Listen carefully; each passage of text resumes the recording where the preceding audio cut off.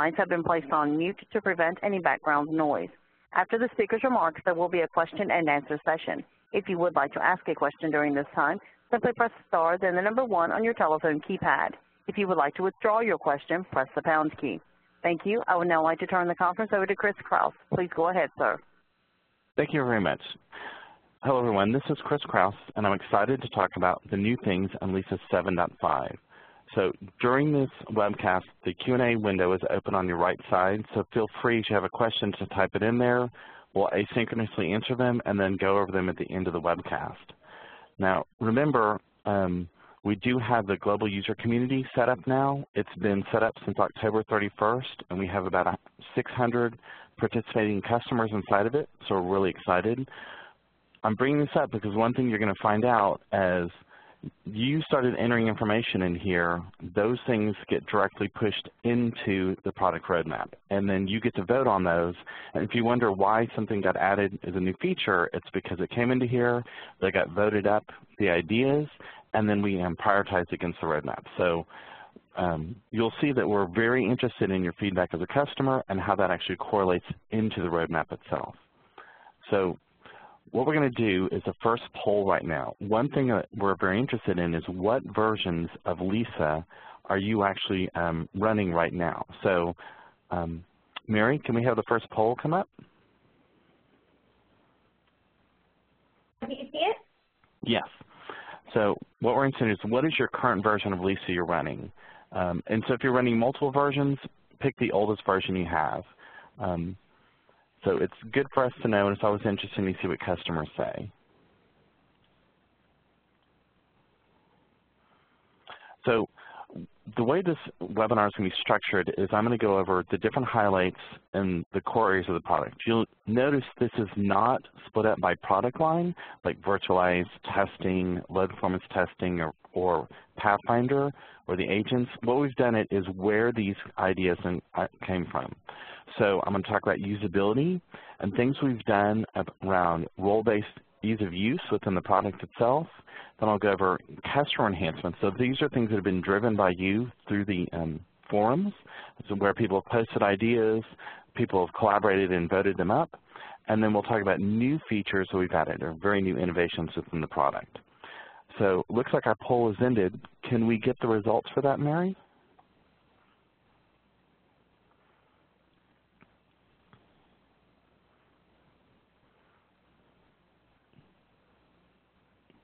We're not, I'll go over those in a second. Okay, so I'm going to start out with usability. So basically what we have is with more people using virtual services, they said our virtual services are either very much SOAP or industry standard, or we've got that VRS, that recipe file that represents how we do our custom data handling, or we're chaining some custom things together. So the idea was we need to make it easier to get virtual service creation in lots and lots of hands. So VS Easy is our way to do that. VS Easy supports 2 modes. You can actually just provide sample request response pairs, say for SOAP or JSON. We will consume them and auto-deploy a virtual service for you. You don't even have to pick a port number. We'll find an available one for you and give it back, or you can tell us you want to do that. Now, a lot of customers have kind of standard recipes.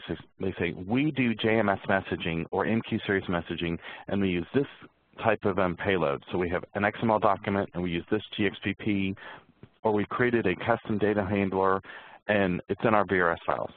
So what customers can do is they can tell QA people or developers who aren't necessarily workstation users, drop your samples onto the sub page, add this recipe file, and we'll auto-deploy this for you. So the idea is we want to make it easy to get virtual service generation into as many hands as possible. Now, the second audience for that is core Java developers. Java developers have said, you know, we tend to work in this IDE day in and day out, so we want to be able to turn on virtual services, shut them down. We're saving our virtual services in source control with our application. So if I want to bring up, say, a version of a virtual service from 2 builds ago and that's actually in production for break-fix purposes, semi-source control, I don't have to go to Lisa and pull that in and deploy it. So we have a proper Eclipse plugin which will allow you to point to your Lisa project, point to your virtual services environment, drag and drop and deploy your virtual service, or your MAR file there, and you have all the right-click capabilities to turn them on and off, change transaction modes, turn on profiling, turn on transaction tracking, live mode, pass-through mode, things like that. So what we've done is put all of the capabilities that a developer would usually want to have around deploying and dealing with virtual services. Now, it does support VSEasy also, so if you have a sample request response pairs or a VRS file, you'll be able to drag and drop those onto a VSE server, and we'll handle those also. So in terms of the core connectivity of the product, one thing that people have told us is that they needed a better separation roles between people, say, putting messages on queues or receiving messages from queues versus having to have all the heavy lifting of setting up MQ series queues and TIBCO queues and setting up all the certificates and things like that. So connection assets is a new paradigm within the product. The idea is a role who's very specific to understanding how to work with the connecting to the infrastructure versus the role who understands how to put messages on the bus. So the assets allow the infrastructure expert to provide all the queue names, the topics, the GIND connections, usernames and passwords, even for databases and that, and then make a very nice consumable asset. So you'll see new step types in Lisa, say JDBC connections with assets. So you no longer have to understand your driver type and your connection, or maybe JMS messaging. You just pick the queue name versus all the setup behind there. So the idea is to make it easier to work with the workstation and separate that role a bit. So another new feature we added was Lisa Invoke. So we've always had the Lisa-Invoke where you can run a test case remotely from a browser or from some Java code you wrote. What we've done is we've extended and created very well-formed RESTful interfaces for Lisa. So you can now make REST calls to do things like start virtual services, stop virtual services, change their modes, run a test case, stop a test case, get the report ID for things. So this basically makes it easier for other people to integrate into Lisa because they're doing well-formed, get, put, post, delete, all those normal things you would expect from REST. Now, the cool thing is we are actually consuming this ourselves. So the Eclipse integration does not require a Lisa install. What happens is you put the Eclipse plugin, and we use this RESTful interface to connect to Lisa.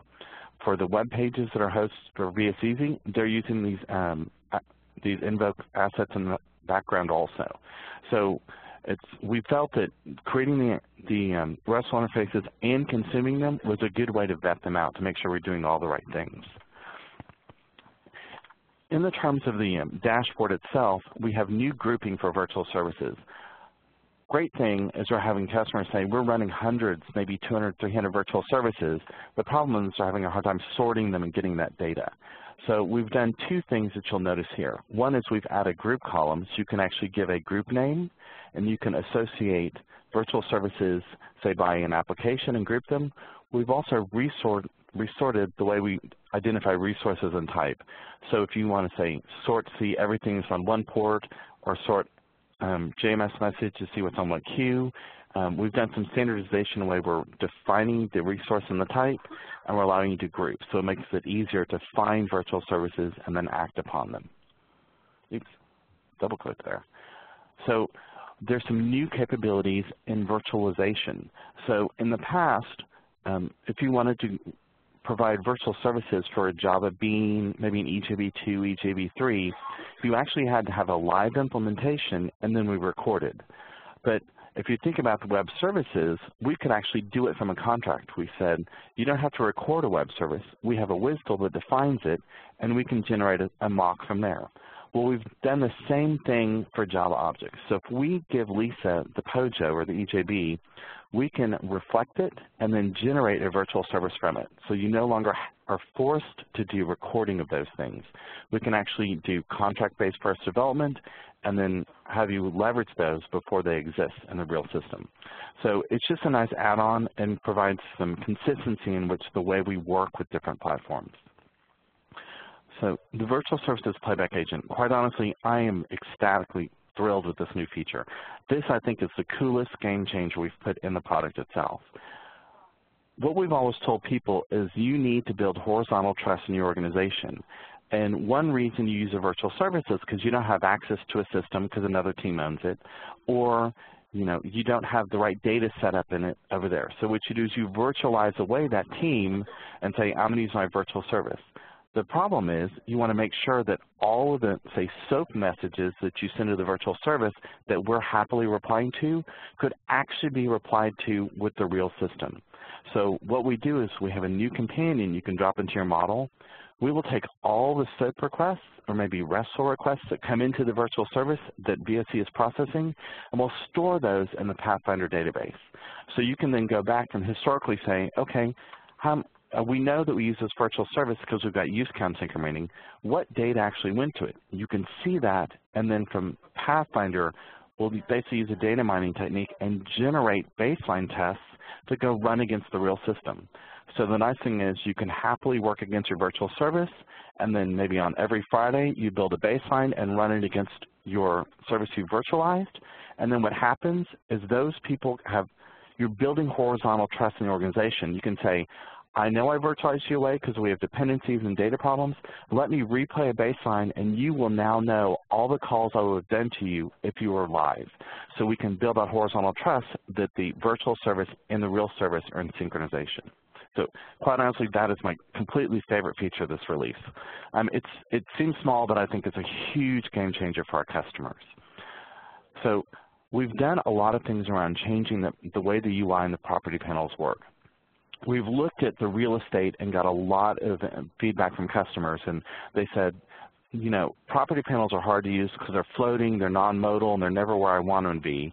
And it's really hard to sort them because you put tons of things in there. So it may be hard to see, but what we've done is docked this on the right with the model, and then we've given you like a category. I want to just see my step property. So if you just want to see lisa.stepname.rsp, lisa.stepname.rsp time, things like that, or you want to see just the data set properties or the config properties, you can actually ask for subsetting of these things to make it just a little bit easier to use and find what you're interested in. Remember, the Add button still exists, so you can click the property here and paste it into the model to prevent typos. So the other things we've done is actually started looking at the workstation and figure out how can we make better use of space and usability. So one thing that was always kind of annoying is if you open the registry, it would actually tile out onto a second part of the UI. So you would actually get a second tile over here. So what we've done is made it so it replaces the project window. So these two things flip back and forth. Another thing we've done is made it easier to find the system messages. In the past, you kind of had to know how to grab the bar and pop it up. Now you just click the button, and we'll give you your system messages immediately. One thing that customers asked about was, I need easier ways to close all of my panels. So I've got 15 panels open because I'm working very hard and diligently, but I want to just in one click close all the panels, close some of them. So what we've given you is the ability to close your current panel, unmodified, all the other ones, or close everything, which is kind of a common thing you find in UIs these days. So simple enhancement, but I think it'll save a lot of clicks. And then, of course, the memory meter. So as you know, when you're doing virtual services and recording in the workstation or you're building very large test cases, you might blow up your memory in Lisa. This memory meter's always been there in the help about, a little bit hidden, so we put it right down in the tray so you can see it's there. You can dump your heap and you can double click it to get rid of your GCs and those things. So there's lots of new things you'll notice where we're just fine-tuning the user interface to make it a little bit easier and remove all the mouse clicks. This is probably my second favorite feature. No one ever used the replay button here. I think myself and Cam Bromley, the only people in the world, and he's in Australia and I'm in the US, so that covers the world, use this replay button. What we've done is added a replay to here button. So if you need to run the first 2 or 3 steps of your test case to bring it into state, so you can then write a filter to use data in the next step, you can now simply go to the step and right-click on replay to here. And I think moving it to the right-click panel makes it much more apparent for the users. So I know I'm going a little bit quickly, but there's a lot of new features I'm going to get to. So I'm going to go to the second poll question. So Mary, if you pull out the next poll, I can see on our previous poll, we've got pretty even distribution between Lisa's 6, 7, 5, and 4, and then quite a few people on this call using 7, 1. So our next poll question will be about which operating systems are you using for your Lisa server? So what we've noticed is a lot of people are really leaning towards the Linux operating systems. And so we want to get your feedback on that. What are you using there? If you talked to us back in 2006, you didn't see a lot of Linux. You saw a lot more Windows and maybe some Solaris machines, but we'll kind of get your feedback on that. So while I'm going through these slides, you've got another 30 seconds, or to answer, a minute and a half to answer that question. So new things that have come into the product. So one thing that people have told us is we love the Pathfinder agents, but it always seems to be a little bit dicey getting it initially configured because it does so many things. Can you actually make it so when you turn it on, it's kind of in a quiet mode, and then I can go through and tell it what I want to capture. So the idea is the agent comes in, and it's just monitoring, and then you can go to a new agent console and dial things up and say, I'm interested in getting counts of web services. Or maybe I'm just interested in paths to the application to understand what this is doing. I'm exploring. And then once you figure out what you're interested in, you can activate full data. Full data means we get the counts, we see the paths, but actually capture the full requests and responses so we can build virtual services and baselines from those. So there's some new things that automatically weight the protocols for you, so we kind of can figure out what we should be instrumenting and what we shouldn't.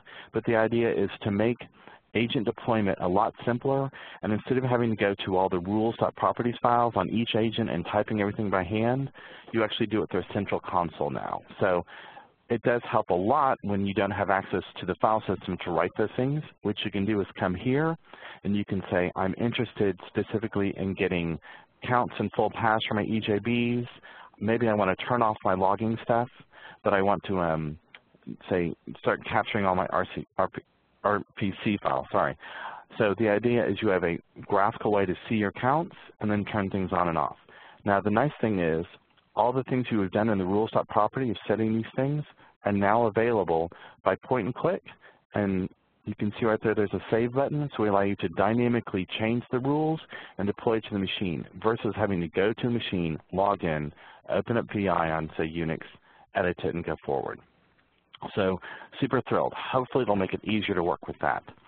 So the next thing we want to talk about is the Enterprise Dashboard. We introduced the Enterprise Dashboard in 7.1 and then made enhancements to it in 7.5. So the Enterprise Dashboard is really a direct result of customer requests for understanding how large their Lisa deployments are, how many users are using it, and what their value is. When our consultants are on site, they do a really good job of implementing VMOS, and they find out what different things that we're providing value in. They measure, they apply virtual service and say, what's our uptime change? Are we finding more bugs in that? Well, customers want to be able to do this after we've left the site. The easiest way is to give them a way to monitor the usage of virtual services, the number of tests they run, even the number of workstations active, and then be able to get reports on those. So they can report on historical uses of Lisa. We support exporting to Excel, and fingers crossed we try to make it so it's pivot table friendly so you can easily do your sums and your counts all yourself very quickly in Excel. So this was directly from the user community.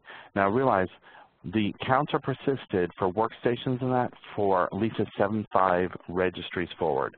So we don't have all the code implemented in the background in older versions. So this is something that will start, all your metrics start incrementing when you've upgraded to 7.5. Another area we've added new support for is SAP. In 7.1, we looked at our first pain points of clients trying to get data in and out of SAP. So the problem is they needed to do RC calls and IDOC calls. They needed to do this, say, from ERP Connect or from Java. SAP was the problem system over there.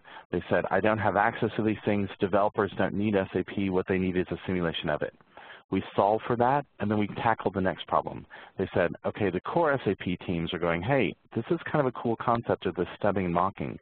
So if I have an R3 connecting to another R3 or ECC6, maybe making BOPI calls, what we can do is we can virtualize those things. So now you can actually do an iteration of maybe a load test on one SAP system here, and actually verify that it can handle the load versus it being tied to the system. Because as we all know, there's never enough hardware in the dev and test environments to do proper load testing.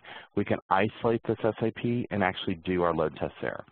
So we've tested this with RCs and IDOCs, and we're adding support for the NetWeaver PO mixed platform also. But right now, fully tested and vetted on ECC6 and R3. TIBCO monitor queues. So if you're a TIBCO customer, this will mean a lot to you. In the past, when you created a virtual service, you had to create a proxy queue for Lisa to be the man in the middle and record on, right? So we know in TIBCO they have the ability to create a monitor queue where a copy of all the messages are put into a topic.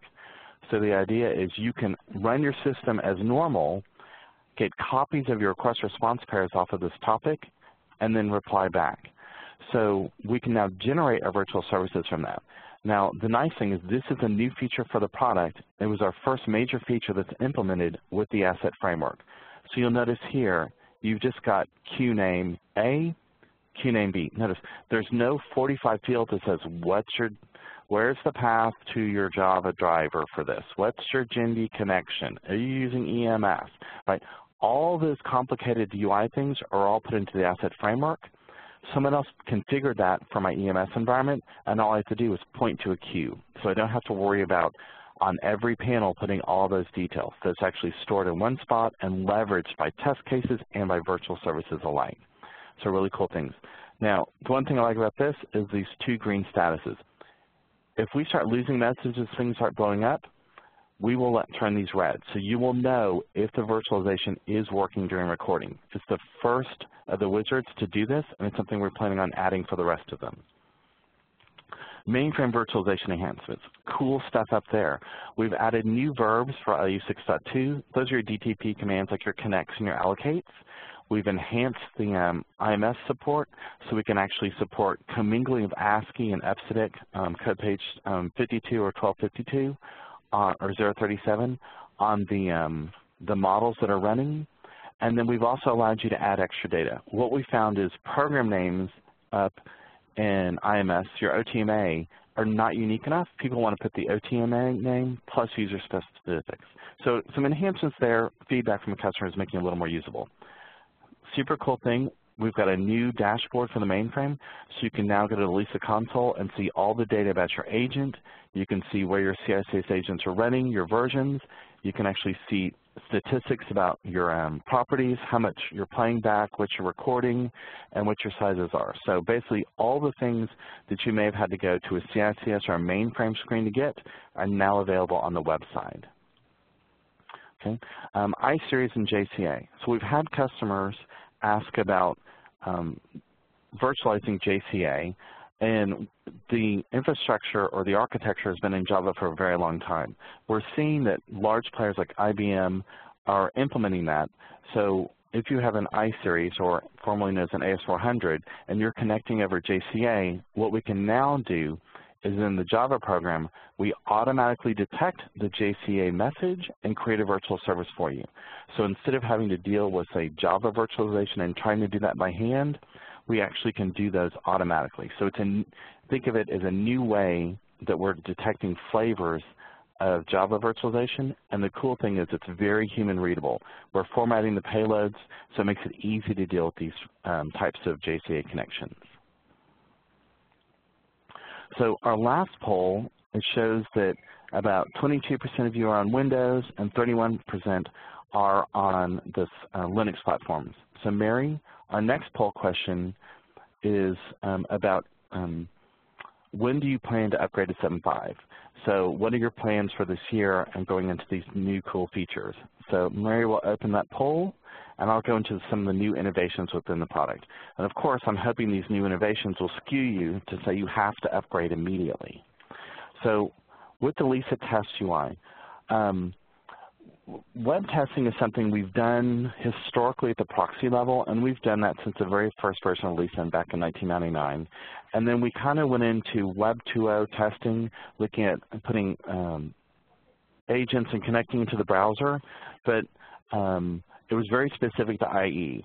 And we know that there's been a lot of changes to the UI testing environment.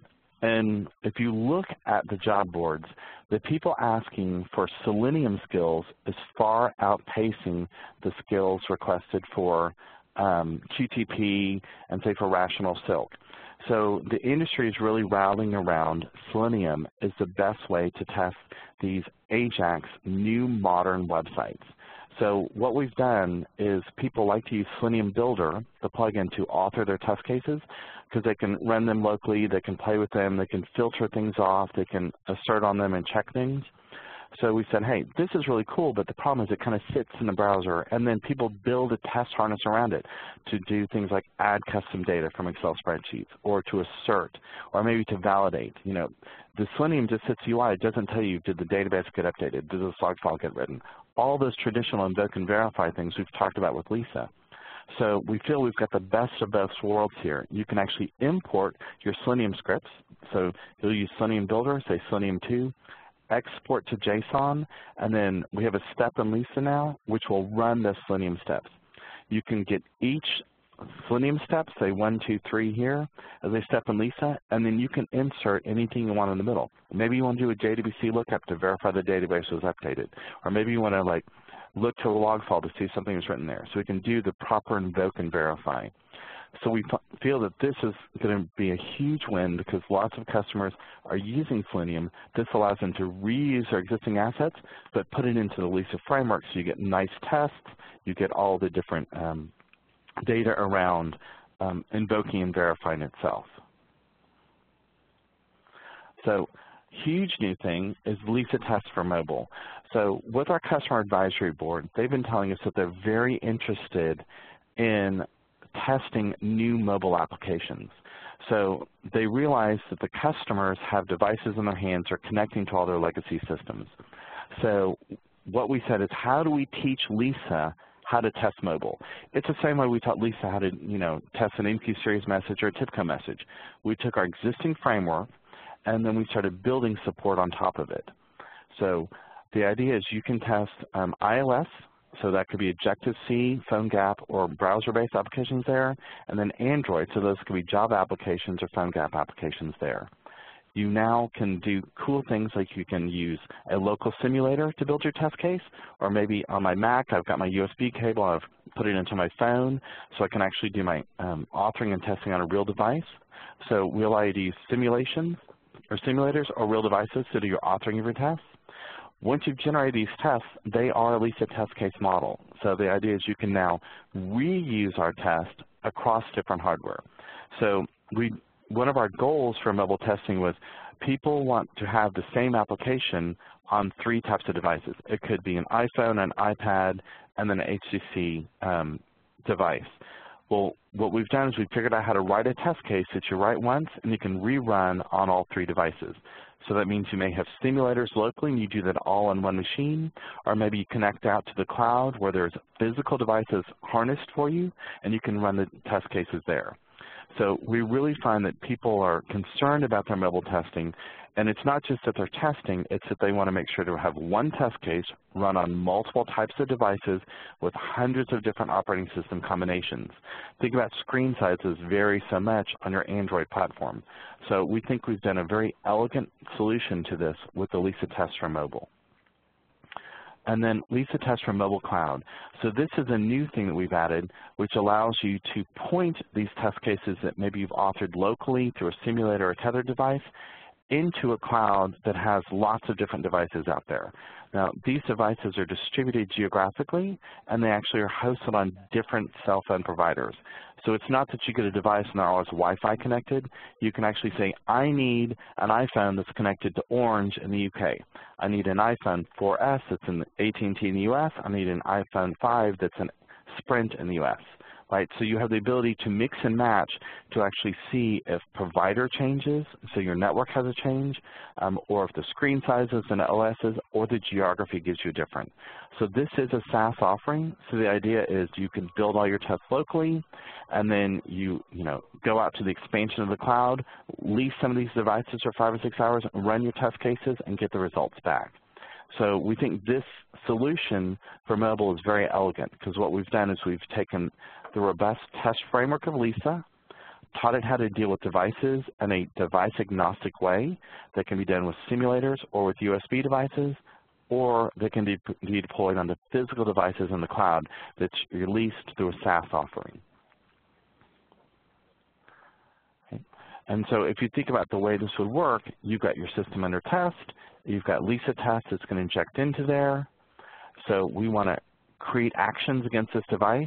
On the back end, you may be using virtual services, of course, to support this because you may be working in parallel, building your system and your back-end data at the same time. You can then go through and then run those tests, and then if you want to deploy them into the cloud later, you can do that. So the idea is most people would run locally or simulations and get all their core testing done, and then use elasticity of the cloud to add those deployments there. So for the Lisa Cloud Test, this is a new offering also. So what we found is people, what's old is new. So I guess bell bottoms are coming back, or maybe purple shirts, but just core web testing and load testing at HTTP level, which we started doing with Lisa in 1999, which was the core basis of our original product, is now new again, and everybody wants to do it.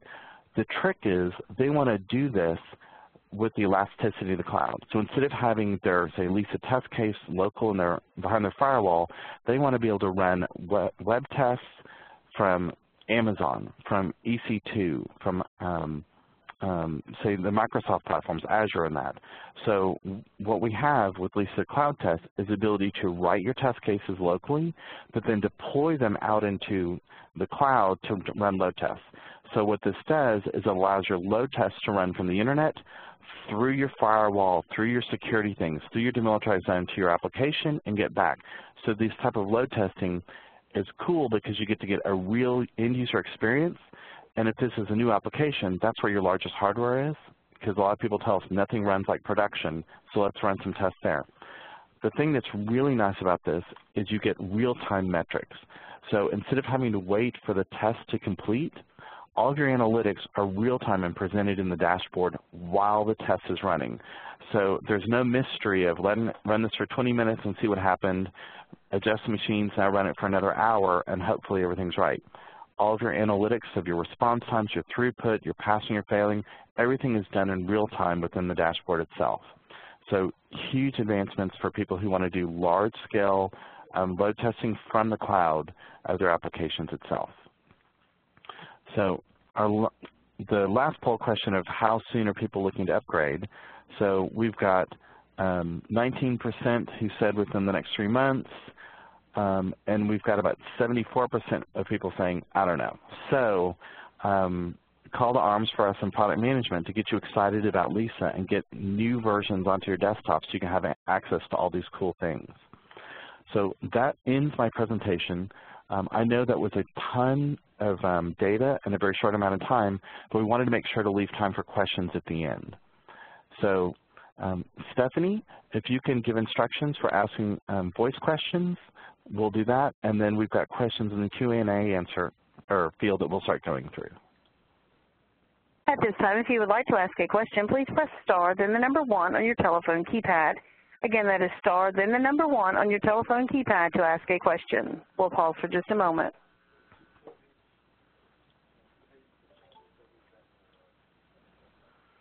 Okay, so there's a question about can we import QTP tests in Lisa?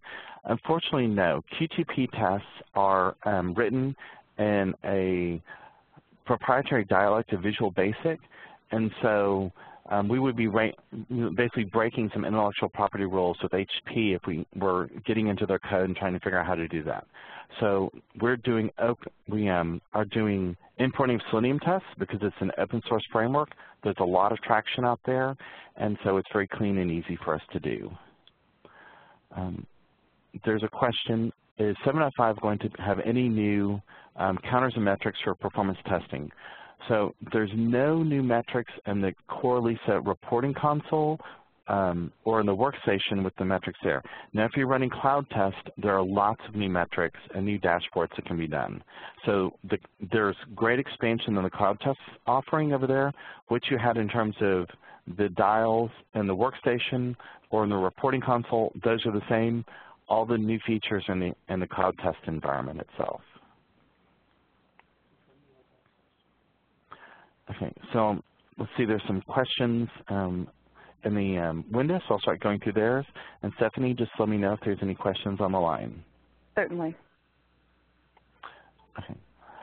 So there's a question on what was the enhancements on SAP, kind of what was that slide. The key enhancement was before we virtualized away SAP from a client consuming data from SAP's perspective. The new thing now we've done is allowed Lisa to be a proxy or a man in the middle to virtualize data between two R3 instances or two ECC6 instances. Someone asked if Lisa Invoke 2.0 is a separate product. Nope. You're paying maintenance, so we feel we should give you some great new features along the way. I think the legacy Lisa-Invoke website will still be in the Jetty engine and started by the registry for those people, and we have the new Invoke there. So we expect people to start moving over to the new Invoke framework because it is dramatically better, much nicer. Okay, of course, there's a question. Have we put an undo button into Lisa yet? So not yet. So it's something we're looking at from a framework. Can we do undo within Lisa? The problem is we have some things other than simply say undo a text field. It's can we undo that I just ran a SQL statement, or can I undo that I just ran a Java object? So it's something we're looking at, and we think we'll have to consider it with some redesign techniques within the workstation itself. So in this next version, there is no undo button because we can't undo actions that you may have done, like publish a JMS message or invoke an EJB, things like that. Okay.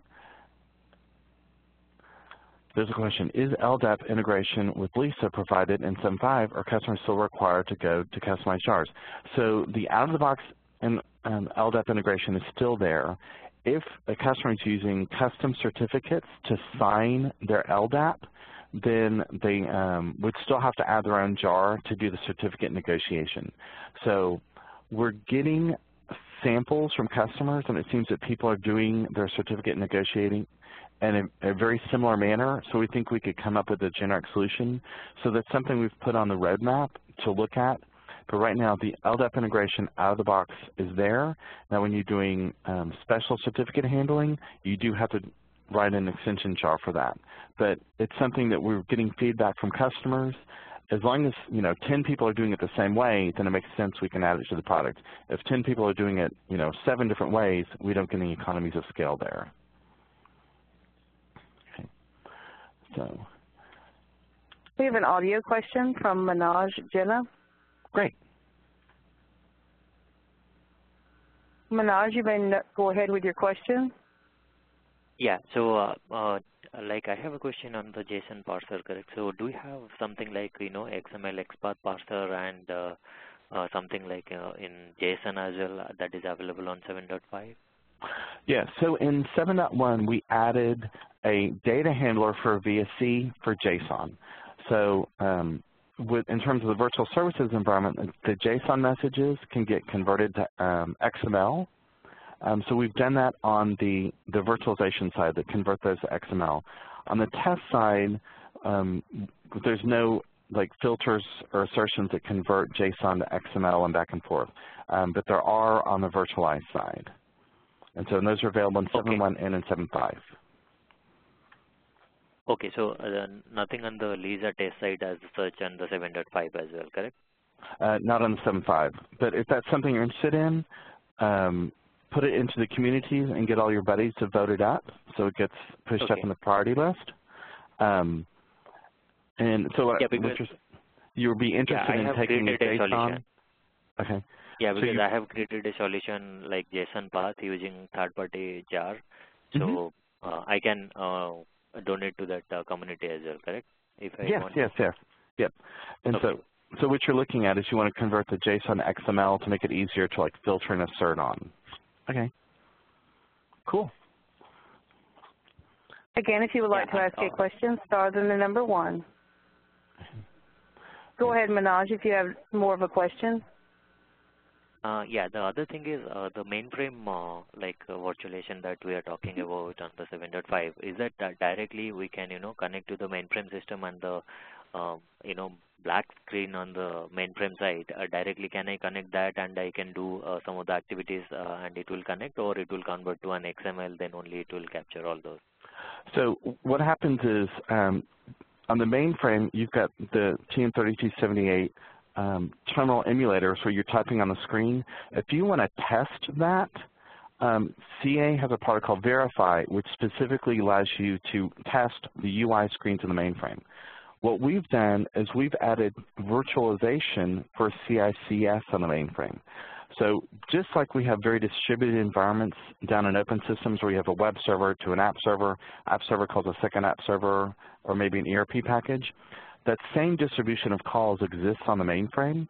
So we've had this for several years now. You can actually virtualize COBOL links. So you can link to a local program in COBOL. So think of it as like a subroutine. You can do DTP, distributed transaction processing. So you can actually link from one CICS region to another CICS region. And then there's MRO, which is the predecessor to CICS linking. So the idea is when you have COBOL programs on the mainframe and one relies on the next one, we can actually virtualize away the dependencies the same way you can on open systems. We also support virtualization for CTG, CICS Transaction Gateway, which is where you may be on, say, a WebSphere application server or you have a Java program. It's making calls over TCP to the mainframe to CICS programs to get information. That can be virtualized at the socket layer on the wire. Same thing on IMS. IMS Connect is the way you run OTMA or programs in IMS from open systems. The nice thing about the IMS Connect solution is they provide a SOAP stack, which works brilliantly with Lisa, and then they have a TCP socket stack, which we work brilliantly with Lisa. So both of those, we use COBOL copybooks to describe the data going between the COBOL programs or IMS programs and convert those to XML. So you don't have to worry about learning all that yucky copybook stuff. Okay. And another question on is that when we set up the recording for any of this mainframe that we are doing, correct? So is that a supportability, like if I am using the CICS or some of this DRDA stuff, correct? So I will get the panel where I will have to, give the system details like we are doing for the IBM MQ, or it will have a separate set of, configuration that we have. So it is. So when it's agent-based, so when you go through the recorder, the agents up on the mainframe in the CICS regions expose themselves to you, and then you can ask the agent and search for a program that you're interested in. You can actually search to say, I'm just interested in virtualizing a CICS terminal TN123 calls to this program, or between sysplexes and that. So if you look in the manuals, it's all documented there, so you can kind of get a feel for it. But if that's something you're interested in, contact your pre-sales person, and we'll do a demo. But it's agent-based, so you get a nice panel where you can see all the programs available, the regions available, your sysplexes, and so forth, to be able to virtualize at a link, DTP, or MRO IU 6.2 level. So we've walked back in history quite a bit for those things. Okay. And one last question, maybe from my side, is do you have anything like URL redirect? Because some of the times what I have seen with clients is the jar or anything has a hard-coded value within that cell, correct? From the third party. So is there any way that I can redirect that to another URL, to Lisa virtual service URL by any chance, without modifying stuff? So that we're actually looking at something like that, yeah, because right now you would use like a Wireshark or something like that, and you could redirect the traffic to different ports. That's something we're actually looking at. We're finding that a lot of customers, the ability to change endpoints on their applications isn't as easy as a J2E flipping of a switch. So that's actually something we're looking at. And so like an agent to do redirection between ports to help you do recording and playing back. So that's actually something that's on our queue that we're looking at. Okay, thank you. Thanks. Okay. Again, to ask a question, please press star, then the number 1 on your telephone keypad. We have a question from Venkatesh Damsi.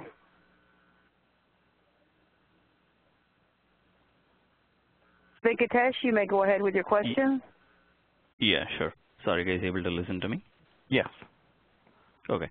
So I have a question. Basically, we are currently kind of using 7.1. Just looking for, is there any upgrades to the dashboard? So in the dashboard specifically, I'm looking, kind of requests like, we might have a multiple systems. And for a given service, they might send the multiple different requests, right? So the data might be different for each one of them. And then we would like to see, for those requests, what are those responses that the actual service request is responding to? So is it always responding to the default one, or is there something, like a specific answer is going out? So what kind of where can we?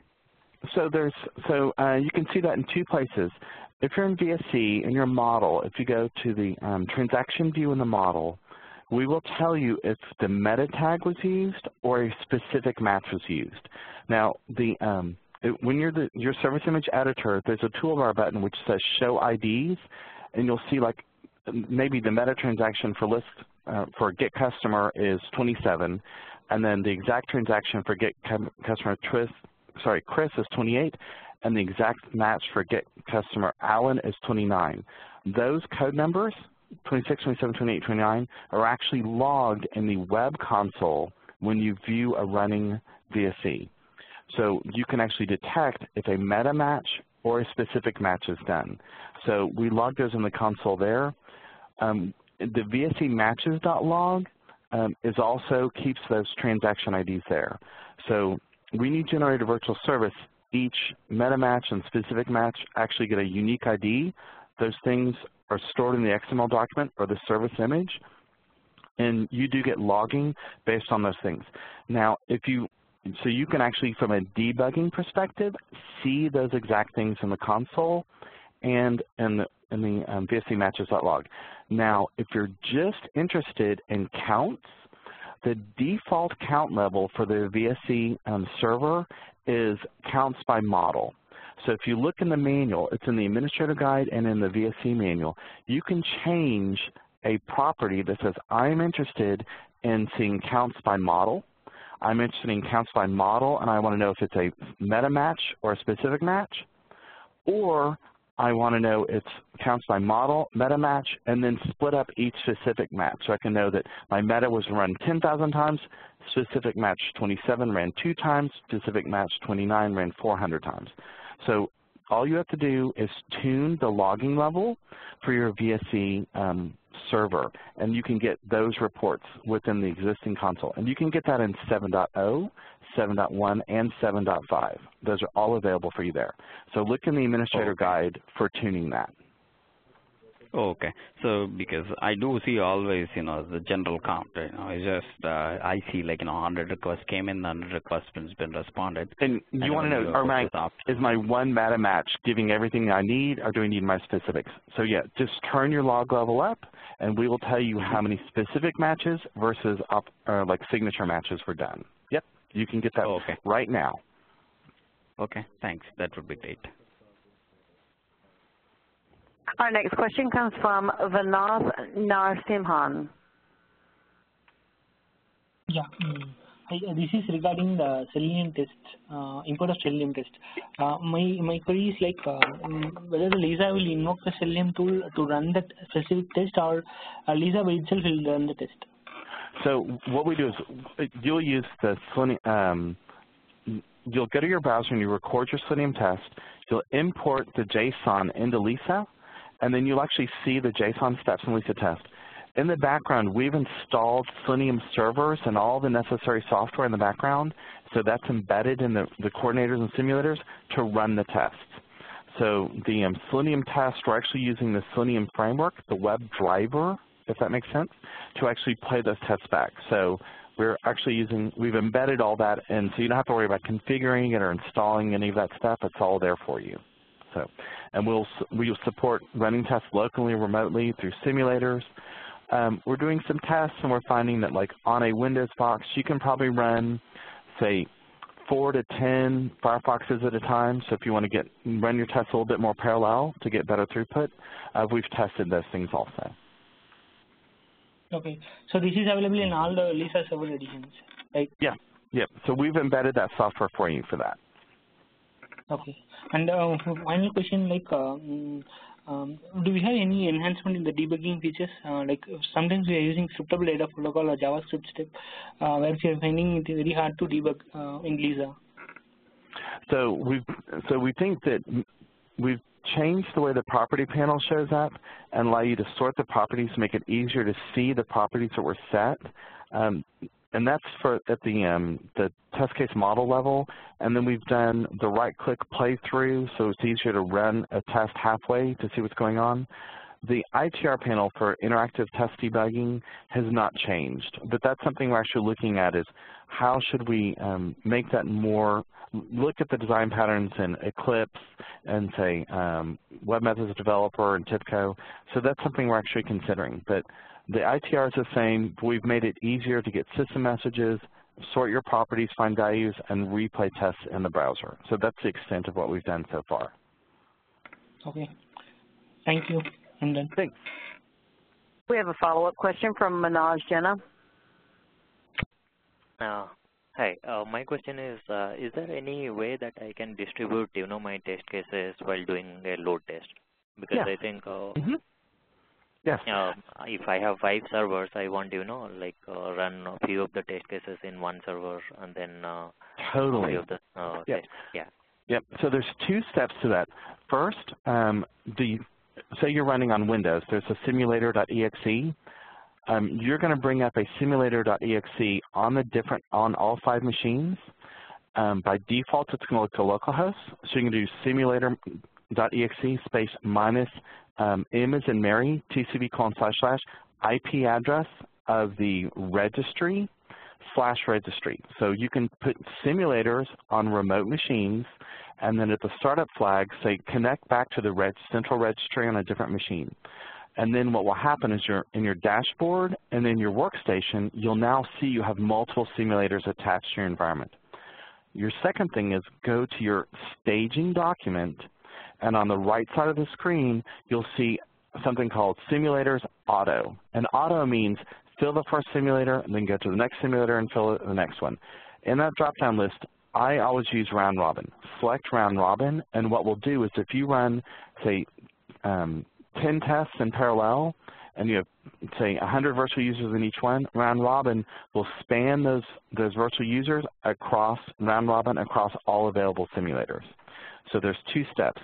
Start up simulators on remote machines. Make sure to use the -M TCP:// registry name registry host name /registry to connect them up. They'll show up in your workstation, and they'll show up in your Lisa Enterprise dashboard. Then go to your staging document, and on the distribution for simulators, change it from auto to be round robin. And then it'll distribute the test across multiple machines automatically. Thank you. And the other one is on the same note, can I distribute the percentile also for different systems, like one on 98 or 95, like that? Yes, yes. Yes, you can. And so you can actually, if you don't choose round robin, you can choose named, and you can pick a specific simulator you want the test to run on in that list. So in the staging document, you can actually, instead of saying round robin between them, say based on percentages, and take, say, simulator 7 and say 100% of the tests go here. Maybe you've got 10 simulators. You can say 50% go on simulator 1, 50% go on simulator 2. So you can do all of that in the staging document. Thank you so much. Again, to ask a question, I'm sorry. That's okay. Hey, Chris, could I ask a question from the queue? Sure. I actually accidentally answered it with the wrong answer. So could you answer the question, do we still need proxy queues for MQ recording IBM MQ series? So we do if you're on open systems. So right now we do proxy queues for that. Now we do have an agent as part of Pathfinder which can take and put copies of messages on MQ series in the Pathfinder database, and you can generate your virtual service there. So normally I would say create a proxy queue. If that's a problem, it's different than the TIBCO because the TIBCO monitor queues are very specific implementation of EMS. We have an agent for MQ series. You can deploy that agent into the queue, the manager, and then the queue manager will take a copy of those messages and throw them in the Pathfinder database for you. And then from Pathfinder, you can build a virtual service or a baseline. So there's a way to do it. You'll use the Pathfinder database to do that for you.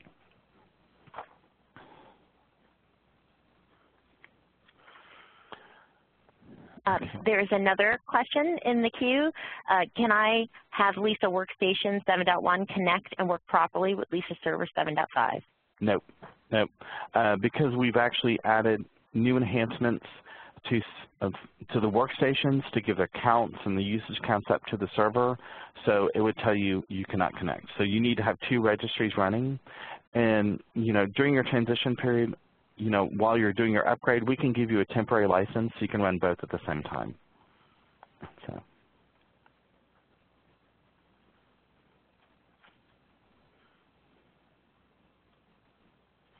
Okay. So sorry, Chris, I'm looking through the queue. We have a ton of questions. I tried to answer as much as possible. So in Selenium, yep. Yeah, this one is Selenium. Is a playback being done in the browser? Yes, it is. The idea is you've got Ajax cool scripting going on in the browser, so we're actually instantiating in a browser and playing back the test case in there. So it is different than the proxy-based recording that we have always had in Lisa. Okay.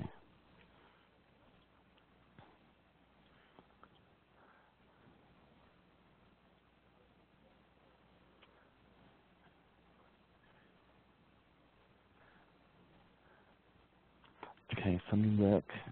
I'm looking for other questions. So if you have any verbal questions, I think it's star something. Stephanie can give you instructions on that again. If you would like to ask a question, please press star, then the number 1 on your telephone keypad. We have another follow-up from Manoj. Okay. Hi. Yeah, my question is, there is some concept on the IBM MQ that is called model queue. So do you have also support for that model queue? I know we have for dynamic queues and, normal like request queue and response queue. But there are some requirement in one of the clients where they have the model queues. Okay. Off the top of my head, I don't know. But with the asset framework, we've rewritten all the messaging backbone. So the messaging for MQ, for TIBCO, for Web Methods Broker, for JMS, all that code has been rewritten, and we've added a lot of new features there. So off the top of my head, I don't know if they've added anything new for model queues. I know that we do create dynamic queues within the Lisa for you automatically now. So that one we'll have to take to the developer and ask them. But there's been a lot of new enhancements in the messaging 2.0 and the assets around the MQ messaging. Thank you. Again, star then the number 1 to ask a question. We have another question from Pranav. Yeah, and this is again on the Selenium thing. Like, can we build Java test cases, UI test cases in Lisa and run through Selenium, or we can only run the test cases which are developed in Selenium? So if you've got like Java test cases that you've written and you've wrapped around your Selenium, if you've got an Ant task, you could run this from Lisa via the Ant task. If the glasses were in our hot deploy directory, you could probably use the Pojo step to run them.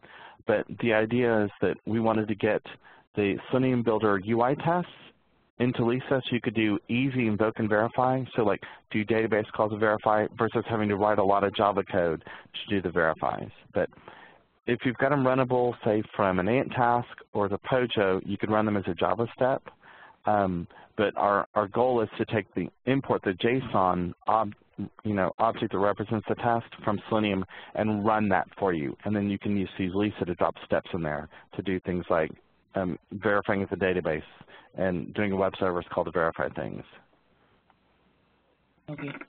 And we won't, we will not able to integrate with the external framework also, right? Like if you have a separate framework for Selenium and where the test cases are available, you can't integrate it with Lisa.